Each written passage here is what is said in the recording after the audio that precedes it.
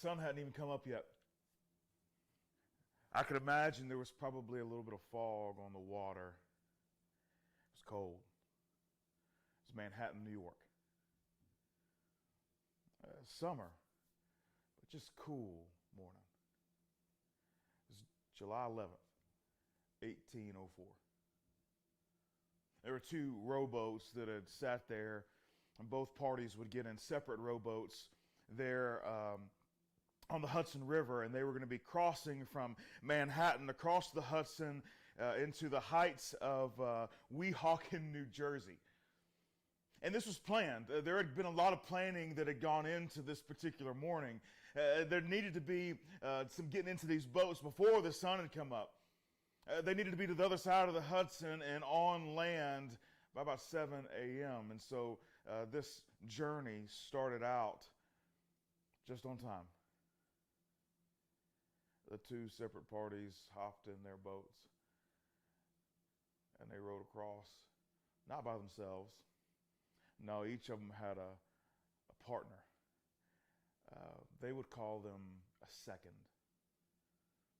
And they rowed across the Hudson separately from one another. There, their seconds went to the spot, a pretty famous spot, a spot where many times before this particular morning, this same series of events had happened, yet not between these two particular men, but other men, hoping to achieve a very similar result. You see, the two men had agreed to go to New Jersey and leave New York because they decided that it was a little more in their favor in terms of the court system. You see, dueling in New York and New Jersey in 1804 had been outlawed. It was like, hey, we're not going to be Wild Wild West no more. You can't just duel somebody and haul off and like take shots at one another. We can't do that anymore. Now, we're not going to be doing that anymore. As they passed laws, New York would enforce that law. New Jersey was a little more lenient, which is why they had to cross the Hudson River. And so there they were with their seconds.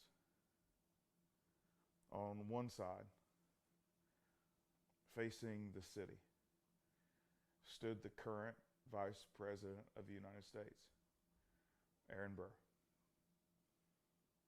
And on the other side, with his back to the city, stood the first and former Secretary of the Treasury, Alexander Hamilton.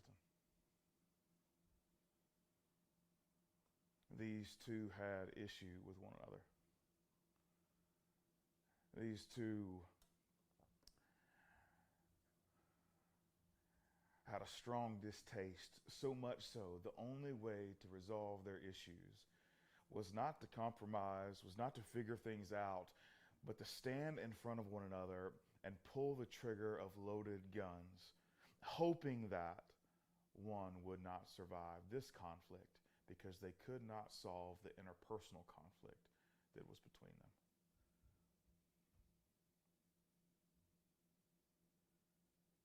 They've written a few songs about this moment. In fact, there's a pretty popular Broadway musical about this moment. His name is Alexander Hamilton. You know what I'm talking about? You know what I'm talking about? Hamilton shoots first, right over Burr's head. Some say it was intentional, that sometimes gentlemen would call one another out and they would intentionally miss because were only allowed to fire one shot in these duels. And once both of them had missed, they had showed their courage and would eventually work it out. So some folks think that's what Alexander Hamilton did, but Burr did not miss. He shoots Hamilton, and Hamilton falls to the ground. Within 24 hours, he's gone. Dueling.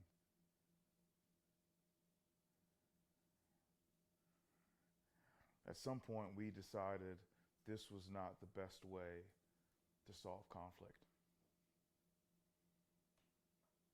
You see, the thing is, though, is that long before July 11th, 1804, there was a guy who was on the scene named Jesus. and he actually had a prescription for how to resolve conflict between people. And this conflict resolution strategy, it was one of those things where he was like, you know what, I can see how maybe humanity might take into their own hands this opportunity for them to not be able to solve their conflict. And so they would kind of run at one another with violent means and in a way that's kind of upsetting to everyone that's watching, that's on looking for this. And it would be a violent way of ending this conflict. And Jesus said, no, I've got a better way. I've got a better way when there's someone who's done something wrong towards you for how you ought to handle it. The thing is that when you decide, I don't want to do Jesus' way, you have to still choose a way. And so typically then it's just the loudest voice in the room or the loudest group of people and how they shout, or maybe it's the majority wins. And if everyone's pushed Jesus aside, then the way we handle conflicts, we just kind of create it on our own. And typically that creation is born out of the idea of whatever makes me feel good quickest. Whatever it is that happens as fast as I can to bring me some resolution, that's what I want, that's what I desire. And so you fast forward to 1804, and you've got the vice president and the former secretary of the Treasury shooting at one another. You know, I'd like to think that's just crazy, but the truth is, it still happens today. No, it's not the same circumstances. We're not going across the Hudson River before the sun comes up in rowboats to a private little space where no one could be able to find what's happening with revolvers and a suitcase and all those. Like, that's not happening. But there are conflicts certainly escalating where people are losing their lives. And the majority of our conflicts at this moment are escalating where the majority of people are losing their friends. And Jesus has something to say about it. I want to kind of walk through this just a little bit. And honestly, I want to read to you the words of Jesus. And when I read to you the words of Jesus, the really important thing is I need to break this into a couple parts. I need to give you a heads up on some things he's going to say because I don't want you to miss them. And then I want to read the words of Jesus, and then I want to unveil or unpack a few things that are going to be said in the particular little space. So here's a couple things I needed you to know before I read them, but this is what Jesus is going to say. If someone does something wrong to you, here's just a couple of thoughts that I want to kind of put in your direction. Here we go. The first thing is that Jesus is specifically talking about two people who believe in Jesus, who call themselves Jesus followers. This is his prescription for what you should do in that particular situation. So if you have someone who's not a follower of Jesus and someone who is a follower of Jesus and there's conflict there, that's not how he's not saying this is the way you got to kind of fix this. And we're going to talk a little bit about what happens in that particular situation. However, that's not what he's primarily talking about. He's saying, hey, you're a follower of Jesus. The person you're in conflict with is a follower of Jesus. And so what do we do about it? Jesus says, I've actually got a pretty cool little prescription here. This is how it's going to work. Right? And so that's the first thing. The second thing is that he very clearly states the person who has been offended ought to be the person who goes to the offender. Right? I know that doesn't make any sense to us. We're like, no. Somebody has done something wrong to me, then I will sit over here and burn with anger. They should come apologize to me. They should make things right with me. And while I'm waiting on that apology that might or might not ever come, I'm going to talk to everybody else about it and let them know how angry I am. That number one, I've been offended. Number two, that they have not come to correct this thing. But Jesus says here, that's a huge thing. The two people who follow Jesus, that the very first thing that the person who's offended ought to be doing is going to the offender. Just want to make sure we're kind of setting this down to make sense. Like, there's a lot more to this, but that's just where we start. Now, when I think this through, and you might be thinking, okay, I don't like this. They did something wrong. Why do I have to be the one that's uncomfortable? Right? Shouldn't they be uncomfortable? They're the one that did something wrong. Yeah, I get it. I hear you. I'm following you. Let's just think about this for a second. Is it possible that they don't know that they did something that offended you that much? And you're like, no. There is no way they don't know. There is no way they do not know. For sure, they know. Well, that's true. That might be true. Now, will you at least give me that there are moments in our lives where that is true, where someone who has done something wrong in our direction 100% didn't know. They didn't realize, right? That has happened, right? Now, for the other instance, when they actually do know, maybe this works with basic logic. Follow me here just for a couple of minutes. Maybe the one who's done something wrong is likely to continue to do wrong until something presses back against it. Does that make any sense? Now, if you're saying no, hold on one second. There's this guy, his name's Mr. Newton, and Newton has some laws. Now, typically, these laws are applied to other things like physics, those kind of things. However, I do think that his first law might actually have something to do with behavior as well. As his law states, an object in motion stays in motion with the same speed and in the same direction unless acted upon by an unbalanced force. In other words, if you got a rock rolling down the hill, the rock's going to continue to roll down the hill until something presses against it and stops its momentum. Whether that's the hill runs out and now gravity takes over and there's friction on the ground because there's no more hill, or someone stands in front of the rock that's strong enough to say, "No, you ain't coming any further than this." And maybe behavior is the very same way. When people do things that they're not supposed to be doing, that's offensive to the community that they're in, that it's offensive to the brother or sister they have, that they're in community with, maybe they just realize, maybe what they're kind of internally kind of processing is that bad behavior will continue to progress down the hill until something steps in front of it and says, "Hey, this is not what we do." Maybe. I don't know. I think there could be something to it. So let's get to the words of Jesus. Now that we've kind of covered a few of the things that I'm giving you a preview on, let's get to the words of Jesus, and we'll actually take a look. It'll be in the book of Matthew. Matthew was one of Jesus' closest friends. Matthew was someone who was disconnected from following Jesus, and Jesus invited him in, and just a radical transformation of life. And so Matthew begins to follow Jesus around, and he ends up writing a book chronicling just what he heard and what he saw from Jesus. And in Matthew chapter 18, verse 15, this is what Jesus says. If your brother or sister sins, now in some translations it says actually sins against you. Either way, if your brother or sister has done something wrong, brother or sister meaning someone who else is a follower of Jesus, if your brother or sister sins, go and point out their fault. Just between the two of you. Now I know, hold on, now let's pause here for a second. I know you're thinking, hold on 1 second. What about, doesn't the Bible say that you shouldn't be like super judgy or anything like that? Like we shouldn't really be doing these kind of things? Like no. So yeah, that's like a whole nother thing. So the Bible does specifically say, hey, you know what, we should not be jumping into this judge thing.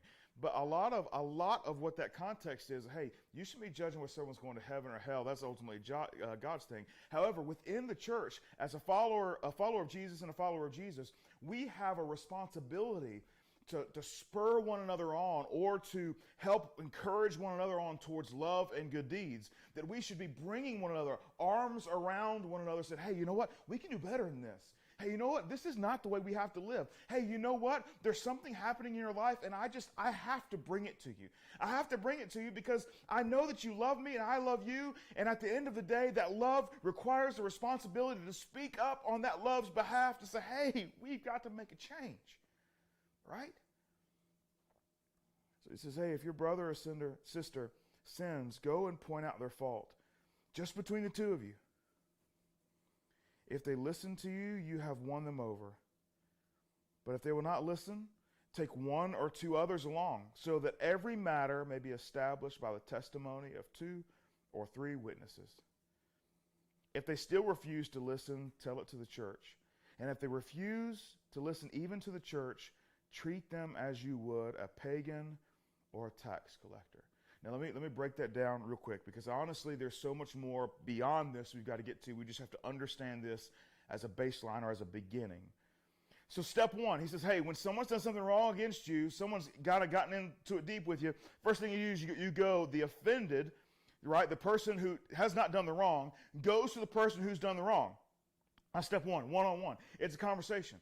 It's, hey, you know what, I noticed this. It's, hey, you know what, I've been seeing this. It's, hey, you know what, I probably should have said something a little while ago, but I didn't. I was scared to say anything to you. Or, hey, you know what? A few days ago or 2 weeks ago, I just wanted to share kind of what I walked away from our interaction with, and it's just been eating me up, right? Or, hey, you know what? I know you probably didn't intend it this way, but what you did has caused a number of things in my life to kind of spiral in this particular direction. Whatever it is, it's a one-on-one conversation. It's a private conversation. It's not something that's shared with everyone else. It's not a, hey, I want to make sure that because you've offended me and embarrassed me or made me kind of go through X number of things. That it's not, hey, I need to get back to you or get back at you or get revenge. It's just, no, we need to have a really good conversation. So one-on-one, if that doesn't work, if they're like, hey, look, it is what it is, sorry, whatever, that kind of thing.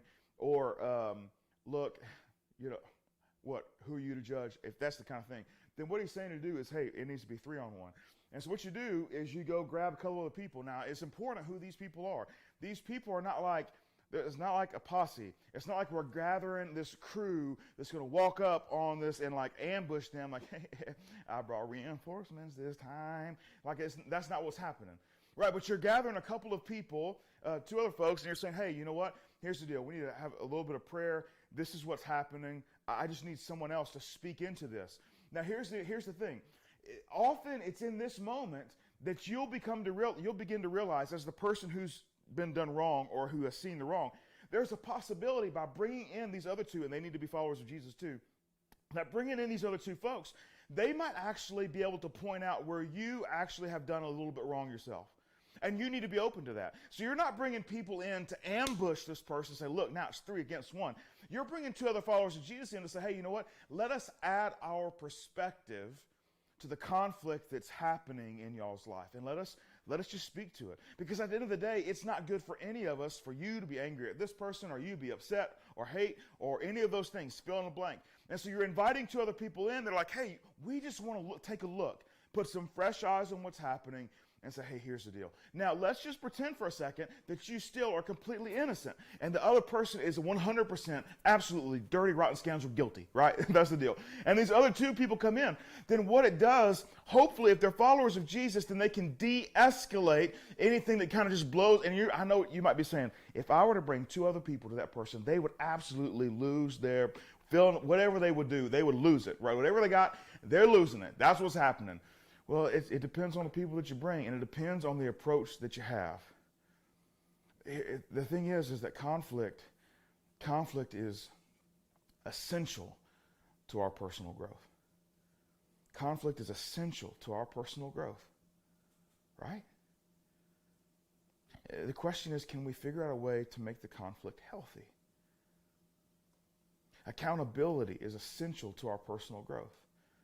And as a Jesus follower, oftentimes the way that Jesus kind of has some input into our lives isn't always just by an experience we have individually, but oftentimes it's the community that we have of faith that steps into our life and says, hey, you know what? I think Jesus has more for you on this particular issue.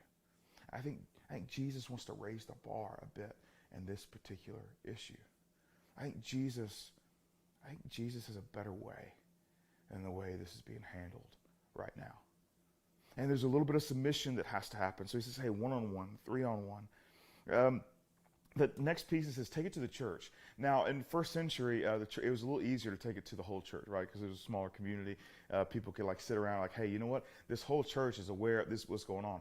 Obviously, at Foundation, how many people are a part of Foundation? I don't know. My best guess is somewhere between 600 and 800 people. Would say, hey, I go to church at Foundation, right? So that's my best guess of what we have that's a part of what we're doing. And so that's not what it's saying. It's not saying, hey, let's go rent Drake Stadium and put someone on the 50-yard line and say, hey, the whole church has come out here on this Saturday morning so that we can bring this to you. That's not what he's saying. At the time, it's a much smaller, little tinier group, and that could have been a doable thing. almost like an intervention, kind of like that. But what the application is, hey, you know what? Maybe you should bring some church leadership into it. And just, hey, you know what? We want to help resolve the conflict. We're not here to point out that you're wrong and he's wrong, or you're right and he's right. We're here to make sure that both of you are saying, you know what? I'm going to put Jesus first in every single piece and part of my life. Not because you need to, but because you said you wanted to.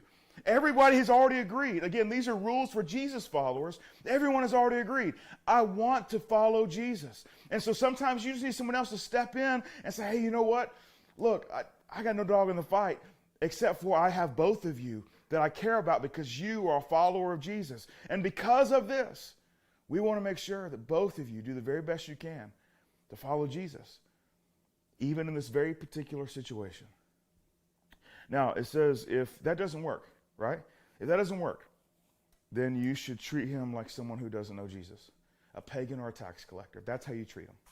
Now, a lot of people look at it and say, oh, man, that's right. Then we excommunicate them. We kick them on out. Well, churches have done that. And churches have done that hardcore. In fact, they've had big old court sessions to make that happen. It's a real thing, right? In fact, it's still going to happen. It's still happening in the world today, right?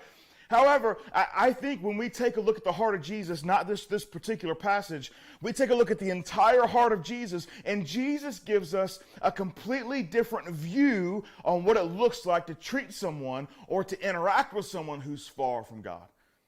That's what a pagan or a tax collector would be, someone who's disconnected from faith, someone who is not a part of the faith community. And Jesus says very clearly, this is how you interact with someone who says, hey, I don't live by Jesus' rules because I don't want to submit my entire life to Jesus. And so it's a different approach, right? I mean, certainly you can't have an expectation, right? You can't have an expectation that someone would do things like Jesus would if they don't want to follow Jesus. And the thing is that this person in conflict that has done wrong, they might say, hey, you know what? I do want to follow Jesus, but not on this thing. Well, then they've made a decision that Jesus doesn't have every single part of their life. That Jesus only has the convenient parts. And that actually isn't following Jesus at all. It's like watching Jesus from a distance and like, hey, this is kind of cool. But this over here, this still is mine and you can't have it, Jesus. And that's not the way Jesus following works. He says, hey, if that doesn't work, then honestly, you have to kind of lower your expectations about how someone interacts with you. You got to lower your expectations because if they're not going to live up to Jesus' standards or even want to live up to Jesus' standards, then honestly you can't hold them to Jesus' standards. That's the beauty and the tension we live in a society of our community of faith that's driven by grace. It makes it incredibly inconvenient. It makes it incredibly inconvenient. Now, Jesus is saying this, and one of his closest friends named Peter, Peter is listening to this, and he decides, you know what, I need to have a conversation with Jesus. I need to follow up with this. And so Peter walks over, and he asks Jesus, he's like, hold on, I got a clarifying question. You know what I'm saying? You know what I'm talking about? Like, you have a question, and then they give you an answer, and it's so like, are you kidding me? That's what's happening with it. It's not just you, it's not just me that's reading this saying, are you kidding? Are you serious, Jesus? It's the people who are best friends with him. They're also saying the same thing. And so Peter walks up, and this is what Peter says. Then Peter came to Jesus and asked, Lord, how many times shall I forgive my brother or sister who sins against me? Up to 7 times? And so he's like, okay, all right. Okay, so you've told us how to deal with this conflict. You told us that there's got to be some forgiveness in there, right? Even if they don't actually apologize, there's got to be some forgiveness. How many times I got to do this, Jesus? Like with the same person. How many times I got to do this, Jesus? 7 times? 7 times? 7 times sounds like a lot of times. You know what I'm saying? I mean, it's more than 2, more than 3, more than 4, 5, 6. 7's a good number. 7 is a perfect number, Jesus. You know what I'm talking about? 7 is a good time. Jesus responds. He says, I tell you not 7 times, but 77 times. Now, immediately Peter's like, 77? That's 10 times. Oh, goodness, that's a bunch of times. Now, Peter's probably thinking, I'm going to have to get a notebook to make tally marks to do all. But Jesus is not trying to say actually 77 times. Jesus is trying to say, Peter, there's no end to this, right? There's no end to how many times. It's unlimited. This cycle of things, it's unending. You just continue to do it over and over and over and over again. Don't count. There's no point in counting. Now, this creates some problems. And let's just be honest. Maybe y'all can type in the comments what these problems are. I'm sure you probably already know what these problems are. Problem number one, with unlimited forgiveness and walking through this process unlimited number of times with people that are doing wrong in our direction. Problem number one, it can be taken advantage of. Ain't that the truth? Good gracious alive. You ever had anybody take advantage of your ability to give some grace? Anybody out there? Anybody out there? You know what I'm saying? Man, that's it. And because of that, in our logical brain, in our logical thinking, we also then say, you know what, if it can be taken advantage of, at the end of the day, it simply enables more bad behavior. That's what it does. It enables more bad behavior. And so as people, followers of Jesus, started to look at this particular content that Jesus was giving out, this life content, you fast forward just a little bit. Jesus is gone. The church has been given birth to. The church has grown. The church has spread over 3 continents now. And people begin to look at these very words of Jesus, and they start coming to the same conclusions you and I are coming to right now. This can be taken advantage of. This enables people and encourages continued bad behavior. If that's what Jesus wanted, surely we're missing something, right? And so the church decides to come up with some solutions to make sure they can still do what Jesus asks, but they just tweak it a little bit. They just do a little tweak. So you know what? Just a little tweak. The first tweak is, well, they at least need to say they're sorry. Like at a minimum, they at least need to say they're sorry. I mean, if they don't say you're sorry, then you'd be forgiving people who don't even ask for it or want it. And that would be ludicrous. That'd be absurd.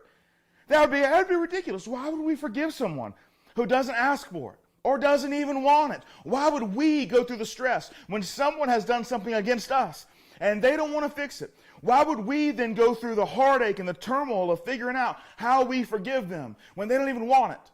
Why are we doing all the work when we haven't done anything wrong? So they say, hey, you know what? They at least got to say they're sorry.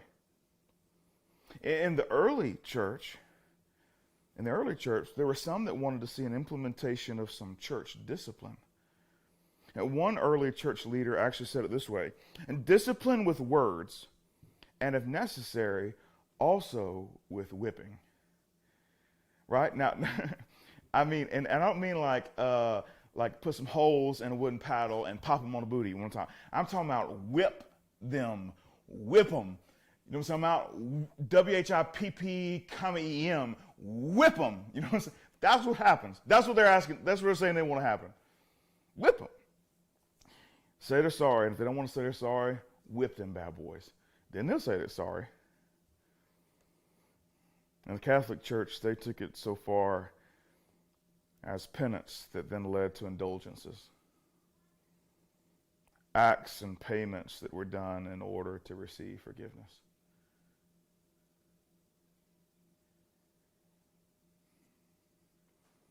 You see, when we take Jesus' words and we realize just how crazy they are, instead of just following directions, we just add to them. We add to them so they make sense to us. And so what we have is we have Jesus saying, hey, if someone does something against you, here's what I want you to do. And then our human brains say, well, let's add to it. Not just one-on-one, then three-on-one, then some church leadership on one. And then we're going to treat them like as someone who doesn't know Jesus, which Jesus has a really good idea of how we treat people who do not follow Jesus. And it's not harshly, it's not unkind. In fact, it's probably overly generous. It's a pursuit of their heart. And so we take that in the early church, our human brains begin to work, and we're like, okay, we're going to add to it, and they need to apologize. And if they don't apologize, we need to encourage them to apologize by punishment. And so we'll whip them. And if we whip them, maybe then they'll say they're sorry. But at some point, that becomes a little inhumane. And so we decide to create penance. And then indulgences, you need to do this, and you need to either pay this amount of money because we can't whip your rear end, but we will take your money that makes it feel like you got whipped, and then you'll say you're sorry, and then you'll be right. And this is the way we're going to all put these things together, and this will be fine, and this makes sense in our human brain, and this makes sense for us to continue on this way, and this makes sense for us to have relationships, and this makes sense for the person who did wrong to get what's coming to them, and us to feel better about it, and us to see that we've done something right in the world, so we've changed behavior. That's what makes us feel better. And Jesus, the whole time, Jesus, the entire time, is saying, hold on 1 second, fellas. 1 second. Do you not realize that I'm giving you a kingdom principle? Now, go with me here. Go with me here.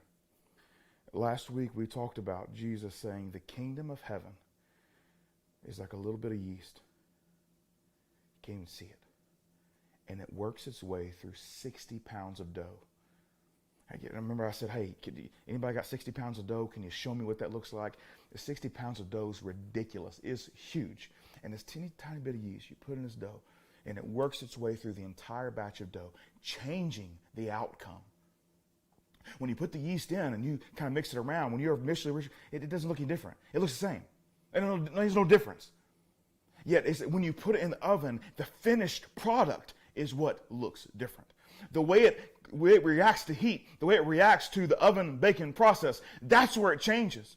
And so Jesus is saying, hey, I've got a way for you to interact with other people who do wrong to you. I've got a way for you to interact with people who have done wrong in the world. And here's the thing. The point is not always to change the way they look at this very moment. The point is for you to be the yeast that will work its way through, and you will change the outcome in the end. Not necessarily change the moment now, but in the way our brains work, we want resolution now. We want things to change now. We want things to be made right now. We want things to look the way we want to now. We want to feel vindicated now. And Jesus is saying, I'm not ready yet. Stop with the now.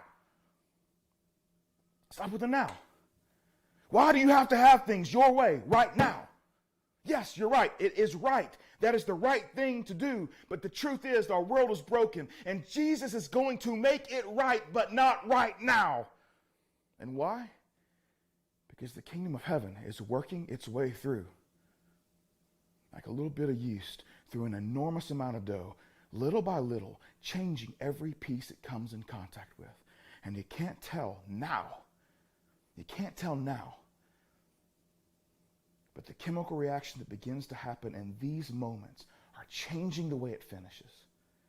And Jesus is saying, will you please trust me that I'm not looking at your small blink of an eye life. I'm looking at an eternity, and I'm trying to give you rules and an understanding and an expectation that is not just about the lifespan you have here, but about forever. And these things are not limited by just the emotion you feel in the moment of being wronged or offended. I'm looking at something bigger than that. Stop your passive-aggressive behavior. Stop your nameless posting on Facebook. Stop attempting to get someone to change their mind that direction. Give it a different try. Stop conflict the way you want to because you want it to look different now.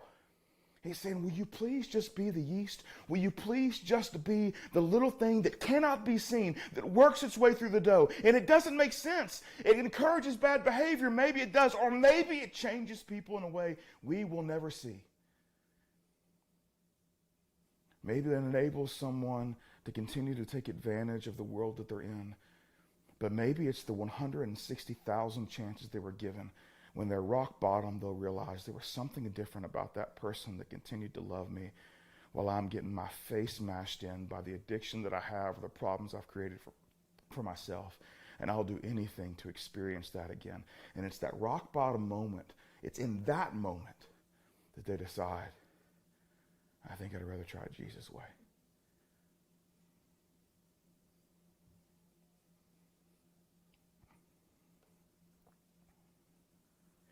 Jesus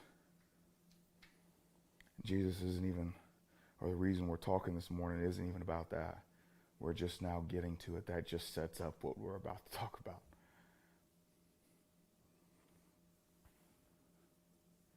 Because Jesus knows as he's talking to Peter and he says, how many times I got to do this? 7 times?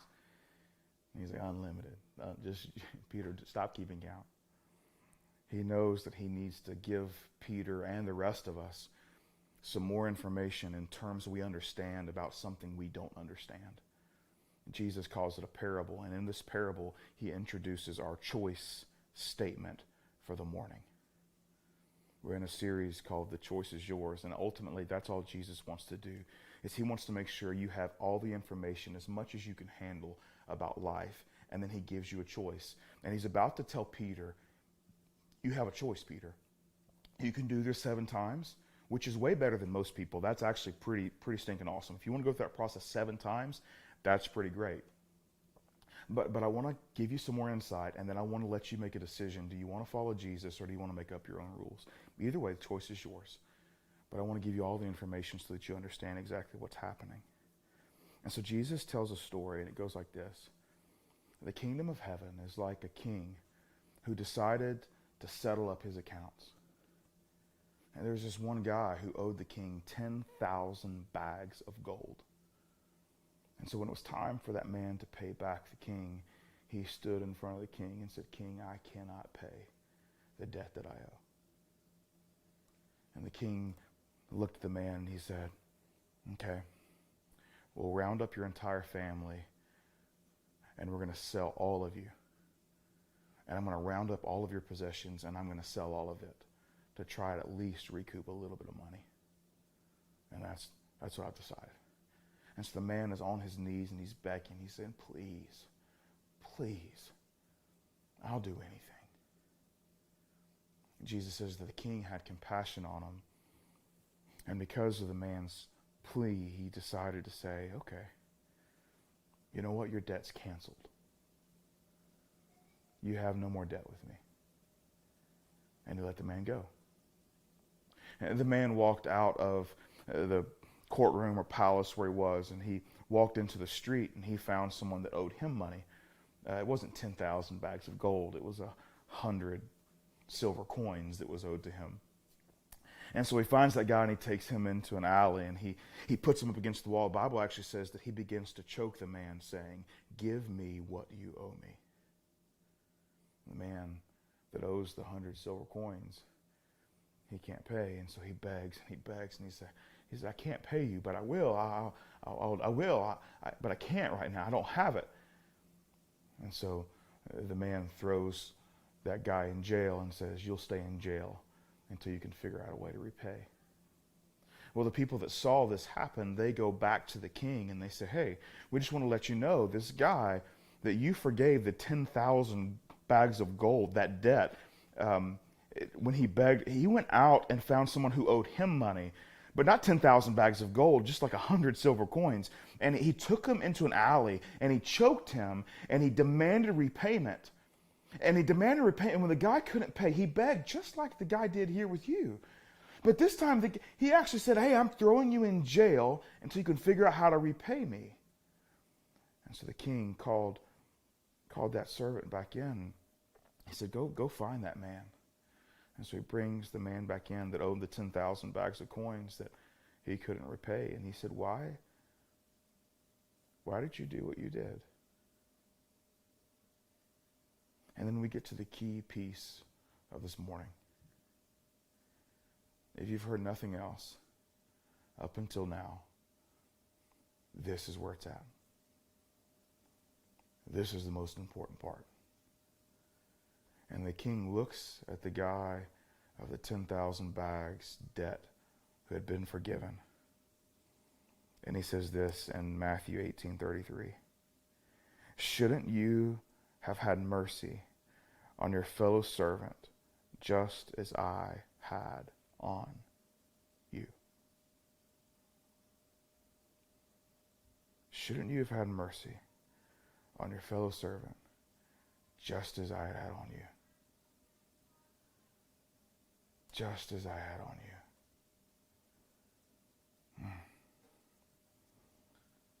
And I hear what you're saying. You're saying, cool. I get it. But Clint, what you missed was the beginning of the story where Jesus said the kingdom of heaven is like, right? And so that's what happens in the kingdom of heaven. That's not what's happening here, right? But remember we started We started talking about the kingdom of heaven last week, and Jesus mysteriously, no one could figure out what it meant, where Jesus would stand up and he said, repent, or decide to change what you're doing, make a life change. He said, repent, because the kingdom of heaven is in your midst. That it's not this faraway, fanciful place that has different rules and different thoughts and different ideas, but Jesus says the kingdom of heaven is in your midst. In other words, if you're a follower of Jesus, you are the yeast in the dough making the difference. In other words, there's a prayer that Jesus teaches us, hey, our Father, who art in heaven, and you fast forward a little bit, your kingdom come, your will be done on earth as it is in heaven. The kingdom of heaven is in our midst. And so every single day we're getting up saying, you know what, we're ushering in the kingdom that's far away, close here. And we can do that because we can do that. Because literally we, you and me, followers of Jesus, we can bring the kingdom of heaven to earth in the way that we interact in kingdom principles, in kingdom living. When we take a look at the way we handle conflict and we go over and above and we make a decision, we're going to forgive more than 7 times. In fact, it's going to be an unlimited amount. And we might say in our brains that encourages bad behavior or that enables someone to do something they're not supposed to be doing.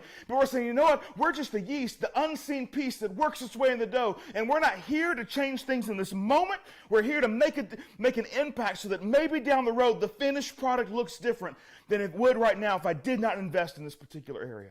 That we've got a kingdom perspective that goes beyond when we take our last breath. That we've got a kingdom perspective that's beyond the world that we currently live in. We have a kingdom perspective that's both as far past as we can think and as far forward as we can imagine. That we've got a kingdom perspective that has a world that we've yet to dream of, that our imagination can't even comprehend or create the images for. That's our perspective. And all our job is to do is to work our way through every single piece of dough we can.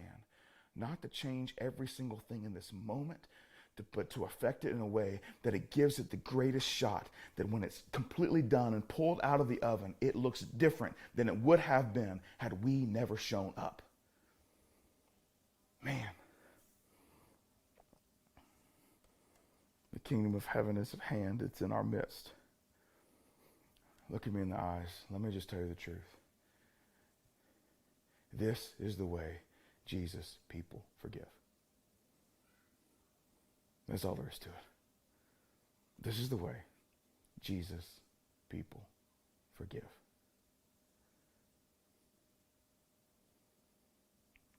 Now you might be saying, now hold on.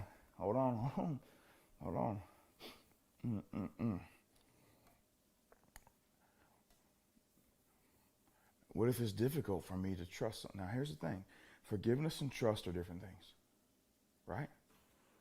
Forgiveness and trust are different things, right? We can forgive someone who doesn't even ask for forgiveness. We can forgive someone who doesn't even want to be forgiven, right? We can do that. That doesn't mean that, hey, we can trust them completely. You notice the king didn't say, hey, I've forgiven your debt of 10,000 bags of gold. By the way, here's 10,000 more bags of gold. Like, that's not what happened. He said, hey, I'm canceling the debt that you've accrued, right? Trust and forgiveness are 2 different things. You can earn back trust, right? And that might take a little time. That might take a little bit of time. But as far as you're forgiving them, that is doable. As kingdom people, we have the ability to do that. And I know maybe you're wondering, how in the world do I forgive fill in the blank? That the only thing you think of when you hear their name are 4-letter words. I get it. I get it. I think what Jesus is trying to say throughout this morning is just simply this. Our ability to forgive begins with the awareness of our own forgiveness. That we're the folks who owe the 10,000 bags of gold. And God has looked at us and said, hey, you have done wrong against me. You've done wrong against me.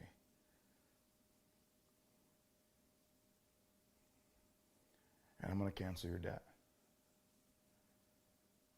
I'm going to cancel your debt. And so the expectation is that we take what it feels like to have our debt canceled. That's enormously more than anyone could actually ever owe us. And for us to take that very same principle and move it into our own lives, so that when we encounter the people that owe us 100 silver coins, it's not the 10,000 bags of gold we owe our Father, God, but it's still significant to us that we treat them in the very same way that we have been treated. In other words, if I could summarize the entire morning, here it is. We don't forgive because they deserve it or because we're such good people, but because neither are true.